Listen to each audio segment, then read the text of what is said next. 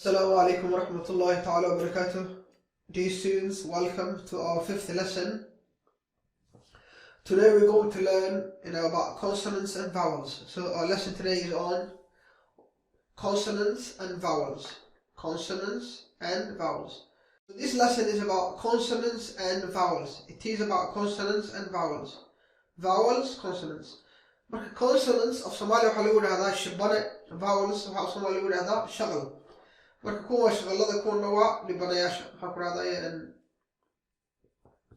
shibbanayaasha. Dhibbanan eri.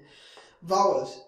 Marka vowelska shan weeye waa A, E, I, O, U. Iyagoo xarafo yaryar ah, iyagoo xarafo waaweyn ah.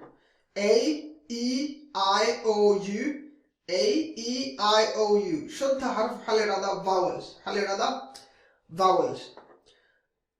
Marka magacyadooda A, E, I, O, U. Laakiin dhawaqooda marka la aqriyayo ayaalay ku jiraan. Dhawaqooda waxaa weeye A, E, I, O, A. A, E, I, O, A. Waxaa la yidhahdaa vowels. Marka socono marka kuwana waxaa la yidhahdaa consonants. Kuwan waxaa la yidhahdaa consonants. Consonants of vowelska shan weeye. Xarfaha Englishka marka la isku daro waa 26. 26ka shan baa vowelska ah. Inta kale oo 22ka waxaa weeye consonants wey. Consonants waa B, C, D, F, G, H, J, K, L, M, N, P, Q, R, S, T, V, W, X, Y, Z. Marka kuwan sare waa xarfaha waaweyn, xarfaha yaryar. Kuwana waa xarfaha waaweyn. Kuwan sare waa lowercase letters. Kuwan hoosena waa uppercase letters. Kuwan waa lowercase letters.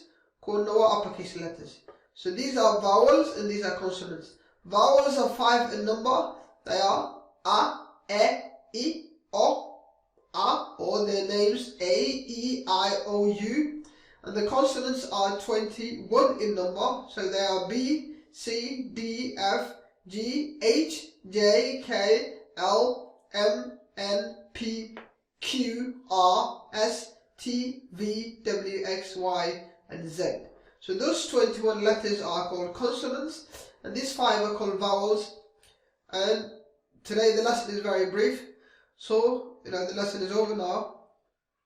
And then I leave you with Assalamu alaikum wa rahmatullahi wa barakatuh. And that's it.